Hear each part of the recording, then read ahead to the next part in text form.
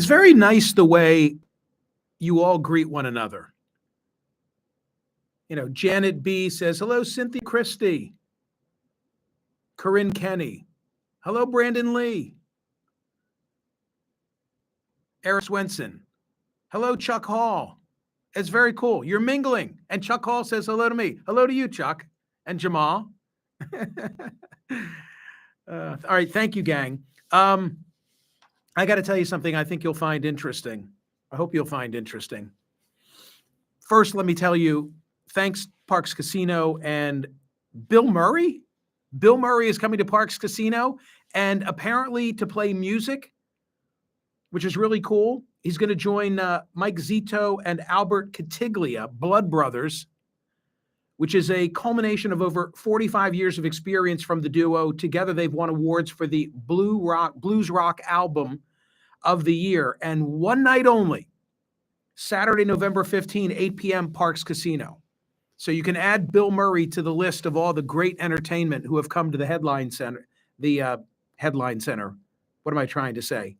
Headline entertainers who have come to the Excite Center. That's what I wanted to say. Taj Mahal and Kebmo, Gary Clark Jr., KC and the Sunshine Band, the English reggae and pop band UB40, comedian Brian Regan, comedian Russell Peters, and a heck of a lot more. So comedy, live entertainment, a fun place to get out of the rain because the weather forecast isn't so great this weekend. It's all happening at Parks Casino. ParksCasino.com to buy tickets for all shows. Parks Casino, this is how you win. You got to be 21. Gambling problem, call 1-800-GAMBLER. Okay, let me give you some sort of back of the house insight. Here I sit. I'm in my studio. It's 7:30 on a Saturday morning. I'm in a total routine. Like I hit Wawa at the same time every Saturday morning, come over to the studio, enter at the same time, chat with all of you, do the rehearsal. So I'm sitting here in preparation for the program as the Pope's funeral has just ended.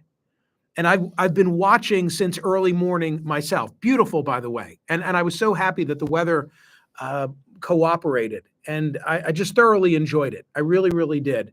It was hard for me to concentrate on my show preparation while the funeral was taking place. But the Pope has just been laid to rest. And still, as I'm speaking to you, the coverage is all about the funeral. And it puts me in kind of an awkward position because CNN's coverage, you're getting the benefit of the full explanation that viewers of the CNN program are not going to have. So I want to sort of bring you into the circle of trust. So a decision, I guess, I didn't speak with anybody about this, but I guess a decision was made that we're going to stick with the Pope's funeral from 4 a.m. Eastern time until Michael comes on at 9 a.m. And I'm the break point. And I don't know what's to follow me. I think it might be more Pope funeral coverage. But I'm doing my show. When I heard that the funeral was Saturday morning, I thought to myself, maybe I'm going to get bumped, which has happened for other major news events, and I understand it. But I didn't get bumped. So, okay, what kind of a program now should I do? And my view is that if I'm here to do a show, of course I'm going to have a Pope aspect of it, but otherwise I'm doing my show. So the Pope aspect that I'm going to do, by the way, is really cool. I have the guy who wrote the book Conclave, on which the movie was based. And the movie was very loyal to the book, and the book is very loyal to the real process, although with an ending that was a bit of a twist.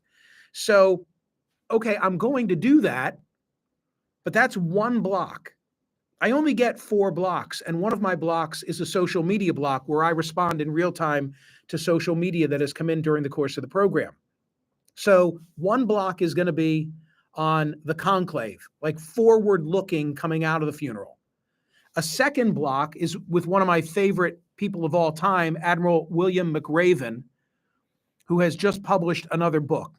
Love it when he's on my program. Okay, that's 2 down. I've got 1 to go.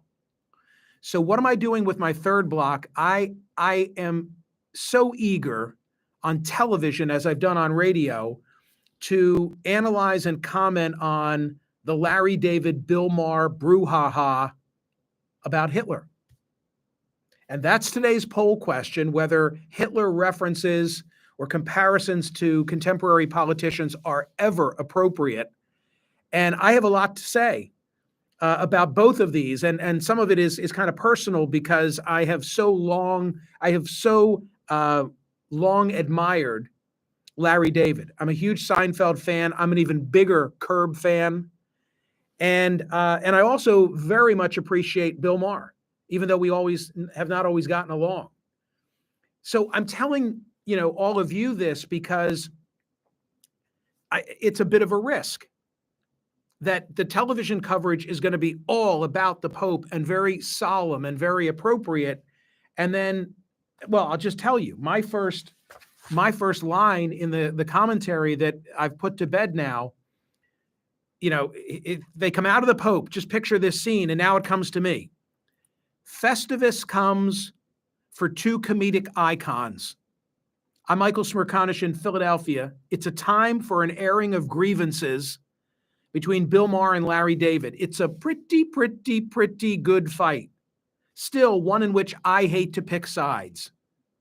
And then I'm going to go into a little bit of personal story about Maher, personal story about Larry David. Some of you who are hardcore participants in this chat have been to my radio studio. And you can attest to the fact that I have Larry David's portrait hanging on the wall. I'm going to show it on television today. And then I'll turn more serious and get into Larry David's use of satire against Maher and Trump, his comparison of Maher going to dinner at the White House to Larry David, fictionally having dinner with Hitler, and the propriety of it. And as I've said on radio, I don't think those comparisons are ever appropriate. I mean, within 2 or 3 days of Larry David's piece being published in the New York Times, you might not even be aware of this. I did make passing reference to it on radio, but Al Gore made a reference to Trump as a Nazi in the context of climate change. And when those references are so common, it just waters down what really occurred in the Holocaust. If everybody's a Hitler and everybody's a Nazi, then we've completely diluted what transpired in the late 30s and 40s. That's my view. That is my view. So I'm eager to express it. It's a serious commentary. It has some elements of humor in it. I'm going to play a lot of the Larry David. But, I've really wrestled with this because I guess the easy thing to do and the more conservative thing to do, conservative not politically, but just in terms of less risky, would be to start my show and, to do the conclave block. But I want to start the show, as I always start the show, with a commentary. Last week's commentary was 11 minutes long. And by the way, the ratings were good for the show. And I think people have come to appreciate that when the show starts, I'm going to deliver a commentary and I'm going to get something off my chest. And I enjoy it. I put a lot of time into them. I have help, but I put a lot of time into them. And I'm excited to do this today. Others have had their say about it, but I haven't had mine. I took note of the fact that the New York Times now has published a number of letters that they have received all over the board in terms of how people perceive the Times publishing the Larry David piece, which was, I have it somewhere here. Yeah.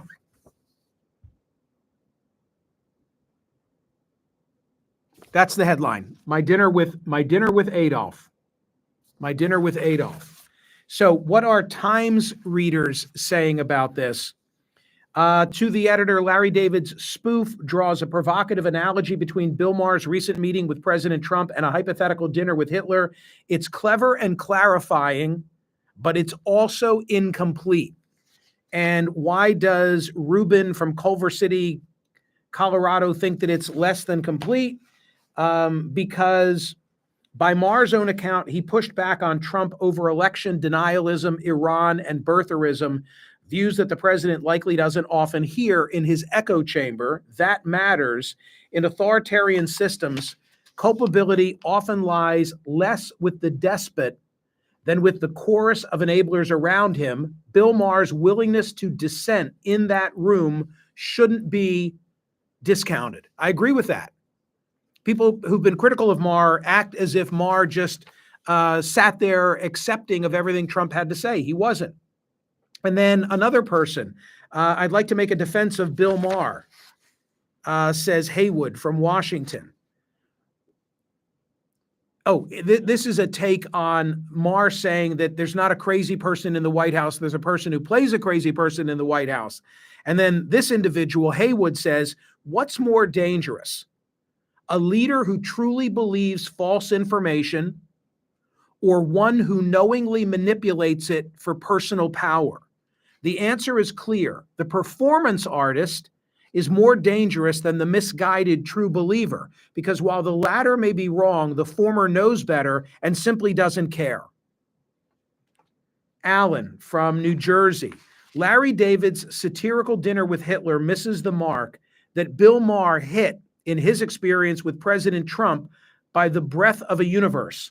While Maher humanized the president and did so with respect and understanding, Mr. David's imaginary dinner with Adolf Hitler was ill-timed and disrespectful to all who suffered from Hitler's terror. It's going to be very interesting to see how the poll question turns out today.